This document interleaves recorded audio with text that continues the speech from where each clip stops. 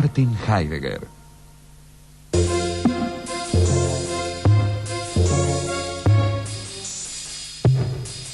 Martin Heidegger nació en Meskirch, un pequeño pueblo en el sudoeste de Alemania, en 1889.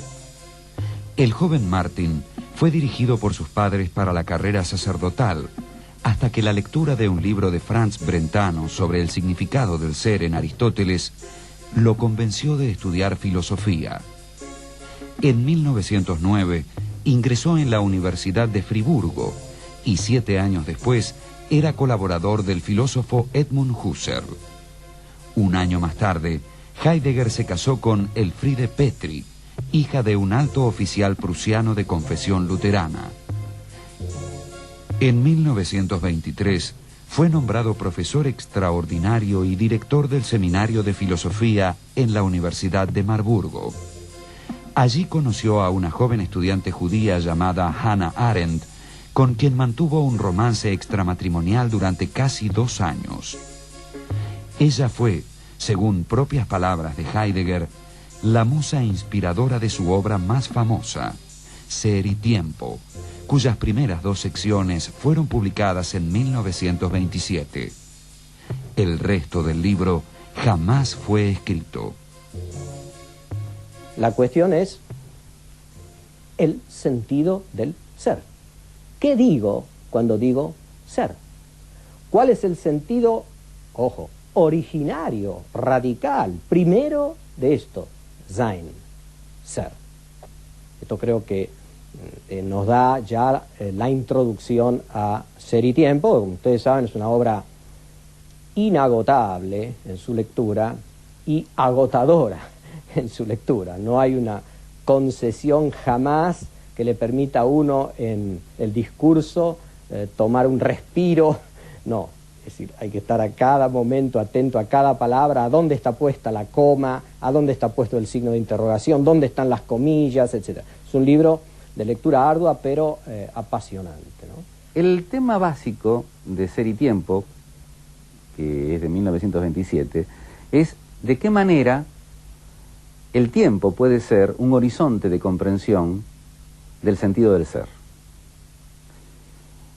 Esto es muy novedoso, porque la filosofía tradicionalmente tomaba el ser por un lado y el devenir por otro, lo cual significa que el ser y el tiempo se excluían. Y lo que va a decir Heidegger justamente es que se copertenecen. Ser y Tiempo es un programa total. Es casi, diríase, la clave de toda la historia de la filosofía. Ser y tiempo. Heidegger abre su obra en la que había trabajado lentamente y aprovechando todo lo que había venido decantándose en esos 10 años, desde aproximadamente la Primera Guerra Mundial. Abre esa obra señalando que se ha perdido el sentido de la pregunta por ser. Cada vez que yo pienso el es, o si quieren, el sentido del ser, o si quieren, lo que el ser significa, remite a y viene de un horizonte más radical que es el tiempo. De allí la expresión ser y tiempo. Entonces hay que entenderla muy precisamente. El y no dice que la obra va a tratar de 2 cuestiones, es una única cuestión que intenta precisamente detectar de qué modo el ser viene de y va hacia el horizonte del tiempo. Mejor, la comprensión del ser, el sentido del ser, viene de y va hacia el horizonte del tiempo. El hombre mismo no aparece determinado como dentro de la escala de los vivientes, como un ente, como animal racional, sino como el ahí del ser, como el lugar de tal manifestación, como aquel que ha de acoger o no y responder o no a aquello que se muestra y mostrándose y sustrayéndose a su vez lo convoca. Si el hombre es un ser que comprende, bueno, el comprender del hombre, lo comprendido por el hombre, está atravesado permanentemente por el sentido del ser, o por lo que él entiende por ser. De modo que si yo quiero ver qué significa ser, lo que tengo que hacer es desmenuzar esta existencia humana para ver de qué modo allí se devela el sentido del ser. Heidegger llamó Dasein al ser del hombre. Este término alemán designa habitualmente a la existencia, pero Heidegger lo usó en función de su etimología, ahí ser, para expresar que el ser del hombre es el ámbito donde el ser se despliega y manifiesta. Dasein quiere decir apertura, pero, si se me permite decirlo así, significa que esta apertura ya está colmada. Es decir, yo no puedo pensar al hombre antes de estar habitado por lo otro que él, que son las cosas, dicho ahora muy genéricamente. Estamos ya cabemundo, ¿no? Y el mundo ya está en cada uno de nosotros. Existir es ser en el mundo, primera de las clásicas fórmulas de Heidegger.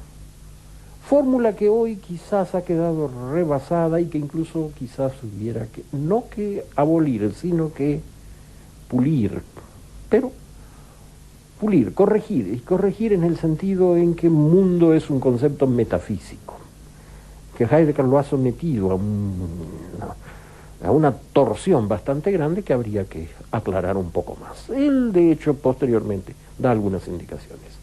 Pero existir es ser en el mundo. El Dasein es un ser en el mundo, porque está inevitablemente ligado por las cosas y las ocupaciones que configuran su mundo. De este ser en el mundo, se puede decir que es un proyectarse en las posibilidades que tiene ante sí en cada caso. Como además el ser en el mundo es siempre un ser con los otros, el mundo es esa trama de significaciones en las que convivimos. Por eso, en un texto posterior, Heidegger va a decir que lo propio del Dasein es la trascendencia, es decir, la trascendencia, donde no hay que entender por trascendencia lo que habitualmente se entiende, un objeto trascendente, por ejemplo, Dios o algo así, sino que trascendencia significa el estar trascendiendo hacia. En este sentido, hay que usar el término trascendencia. Si yo siempre ya estoy más allá de esta o aquella cosa, y este más allá al que estoy referido, que es mundo, es el que me posibilita que yo pueda habérmelas con tal o cual cosa, del modo que fuere. Existir es estar junto con cosas que en última instancia ha realizado, ha inventado, ha creado el hombre. Es lo que se suele traducir como el estar al alcance de la mano. Eso es nuestra vida cotidiana, estamos rodeados por estas cosas que solo tienen sentido cuando están al alcance de la mano. De eso hay que distinguir las otras, que no están al alcance de la mano, sino que más bien se imponen. Se imponen como también entes diversos, a la manera de la piedra, el árbol, el cielo, lo que fuera.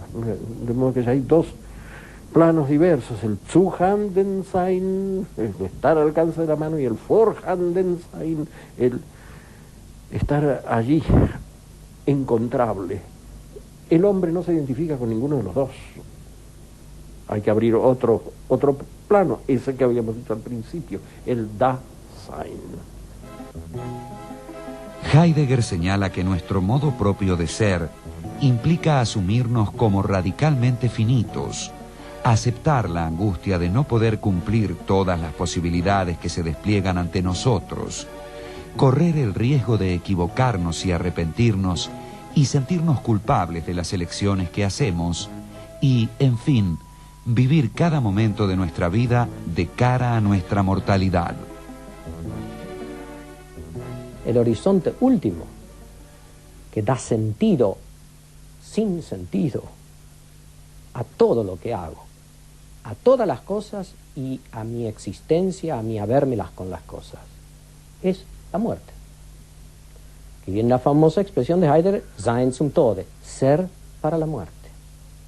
Y la muerte no, como pasa con la idea del mundo, no es algo que está allí fuera de esta cosa o de este estar viviendo yo ahora aquí. Está ya como posibilidad, que no es una mera posibilidad lógica, está ya como posibilidad cualificando toda mi vida. En cierto modo estoy siempre muriendo. Aunque en la cotidianidad esto no aparezca, al revés, en la cotidianidad el hombre se esfuerza porque este horizonte no aparezca. Entonces el horizonte de la cotidianidad es el horizonte del trabajo, el de las ocupaciones, etc. ¿Cómo puede irrumpir este último horizonte? Bueno, aquí está el famoso tema de la angustia. El arrepentimiento y la culpa nos muestran que lo pasado es presente. La mortalidad asumida, o como dice Heidegger, el ser hacia la muerte, muestra que lo futuro es presente. Dicho de otro modo, somos temporalidad. Para Heidegger, pasado, presente y futuro son modos de ser de esa temporalidad que somos. No es que somos temporales porque somos históricos, lo cual no quiere decir nada, evidentemente, sino que el fenómeno de la historicidad adquiere sentido a partir de esta estructura de la temporalidad. Segundo, el que en toda la historia de la metafísica se ha pensado el tiempo, pero al tiempo se lo ha pensado como una cosa, cualesquiera sean las teorías que ha habido, y no a partir de esta triple estructura extática, en este 1927 Heidegger llama éxtasis, los éxtasis de la temporalidad, lo cual lo lleva a desarrollar una teoría de la concepción vulgar del tiempo, donde incluye algunas respetables teorías filosóficas del tiempo.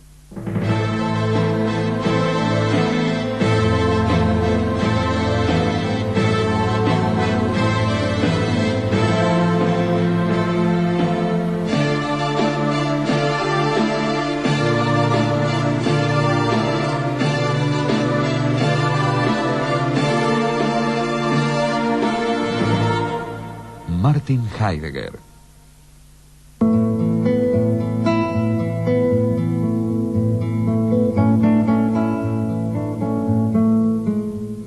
En 1929, Edmund Husserl se retiró de su cátedra en Friburgo y propuso a Heidegger para reemplazarlo. La lección inaugural de Heidegger, con el título ¿Qué es metafísica?, se publicó ese mismo año, al igual que un trabajo sobre Kant y el problema de la metafísica. Ya era muy prestigioso cuando en 1933, ante la inminente intervención de la Universidad de Friburgo, el cuerpo académico le solicitó que aceptara el cargo de rector. Estaba Mollendorf como rector de la Universidad de Friburgo. El gobierno nazi no lo acepta porque Mollendorf es socialdemócrata y entonces amenazan con intervenir la universidad. El cuerpo de profesores lo llama a Heidegger, le pide que acepte el rectorado. Heidegger era un individuo neutro, no tenía actuación política, era potable, por lo tanto para los profesores como para el gobierno. Cuando Heidegger finalmente acepta, ese mismo día que él tiene que dar la charla o la conferencia inaugurando su periodo, se le informa que es condición que se afilie al Partido Nacional Socialista. Heidegger lo hace como un trámite más. Por más que la teoría filosófica pueda contaminarse un poco de decisiones políticas, de decisiones personales, hasta de decisiones eróticas, etcétera, si es una teoría filosófica fuerte, no queda aplastada por aquellos elementos políticos, pasionales, etcétera. Y lo que cuenta del profesor Heidegger es la manera como ha entrado en la tradición filosófica y lo que ha revuelto en el río de la filosofía y lo que ha hecho llevar a superficie. Cuando Heidegger es rector de Friburgo, hace quitar todos los carteles que estaban en la universidad, echando a los judíos de la universidad. no nombra a ningún decano ni a ningún director de departamento del Partido Nacional Socialista, a pesar de que se le tratan de imponer. Nombra a Mollendorf, el ex rector socialdemócrata, decano en una de las facultades. Y finalmente la crisis llega cuando se niega a expulsar a 2 profesores judíos. Al no poder mantener la situación, termina renunciando él. No llega a estar un año como rector de la Universidad de Friburgo. Después de eso no tiene ninguna actuación oficial. Y cuenta incluso que en una de las clases donde él hablaba sobre el concepto de libertad, en Schelling, y él desarrollaba una idea que de alguna manera ya estaba en Ser y Tiempo, que era la idea de que si el hombre es un ámbito de sentido, eso es lo que lo caracteriza, no lo étnico, lo racial, lo biológico, etc. Un alumno lo espera fuera de clase y le dice: por favor, doctor, no hable más de esto porque yo soy de la Gestapo y tengo que pasar un informe. En los años siguientes a su rectorado, Heidegger se alejó de la política, se refugió en sus cursos y publicó muy pocos escritos. Sin embargo, en esos años produjo textos que fueron editados bastante posteriormente, como su Introducción a la Metafísica, y muy especialmente los Aportes a la Filosofía. Se acostumbra a considerar esta como la segunda etapa de su filosofía.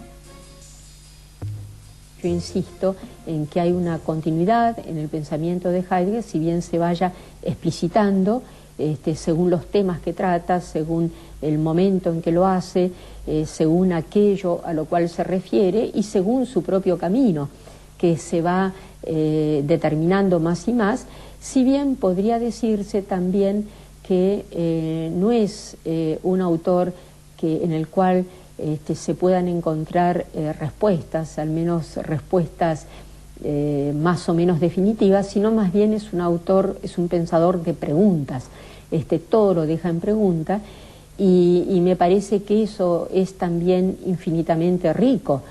Además, como su maestro Husserl, siempre habla del pensar como un camino, es el camino de nuestra propia vida, es el camino de lo humano, no puede ser sino camino.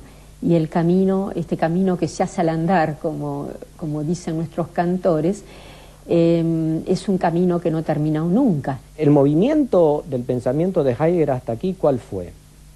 Ir, para decirlo muy brutalmente, ir del hombre al ser. Bueno, el camino posterior de Heidegger va a ser al revés, del ser al hombre. Insisto, lo estoy diciendo de manera muy esquemática. Este segundo comienzo del pensar a partir del ser como acaecer permite todo otro planteo de los problemas fundamentales. Ante todo, un planteo del mismo pensar que ya no parte del hombre mismo, ya no se concreta en un decir algo sobre algo, sino el punto de partida es aquí lo que acaece y el pensar y el lenguaje humano son una respuesta a aquello que se muestra y a la vez se rehúsa o se sustrae en lo que acaece. La verdad ya no aparece como una correspondencia a lo que es, sino, ante todo, aparece un sentido más originario, que es la verdad del ser mismo, en tanto acaeciendo, se manifiesta, se muestra y a la vez se sustrae. En los Aportes a la Filosofía, Heidegger consideró su propio pensamiento como un tránsito. No se trataba ya de metafísica, por cuanto la metafísica no piensa el ser, ya que si bien pregunta por el ser, contesta hablando del ente en general. Tampoco se trataba ya de que se esté en condiciones de desplegar el pensar del ser mismo. Solo se trataba de preparar el segundo comienzo del pensar, un comienzo ya no metafísico. En este sentido, el hombre es ubicado no como señor de la realidad, sino como habitante de un mundo. Y habitante de un mundo, dice en algunos de sus trabajos, de sus escritos, significa ser uno de los cuatro, uno del cuarteto del mundo. Significa habitar un mundo es poder acoger la novedad del cielo, poder cuidar la tierra, poder venerar lo sagrado, es decir, lo que trasciende, y poder acompañar a los humanos. Entonces, me parece que también esto es muy importante en esta época, la reubicación del hombre en su verdadero lugar, que no es el de dominador o el de señor. Y a su vez, como decíamos, con respecto a las cosas, también es recuperar el sentido y ser de todo lo que es. Entonces me parece que también en este aspecto, este pensar del segundo comienzo es sumamente sugestivo.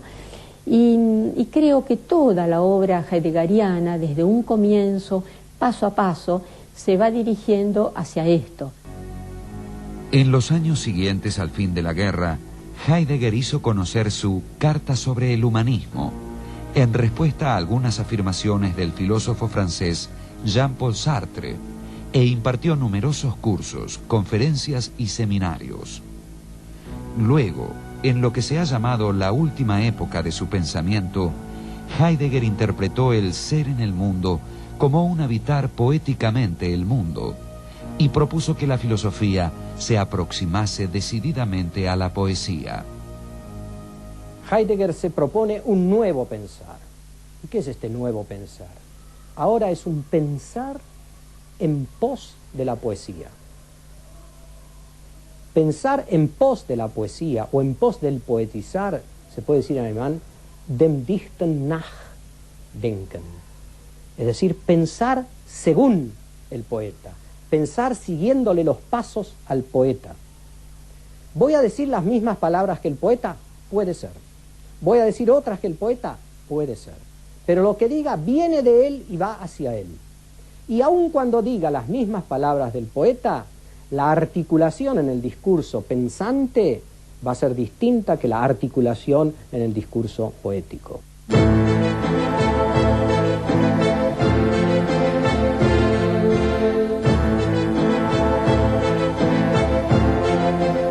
En 1975 comenzó la publicación de las obras completas de Martin Heidegger, que todavía se halla en curso. El filósofo falleció el 26 de mayo de 1976 en su ciudad natal, Meßkirch. Hoy se lo considera el más influyente pensador alemán del siglo XX.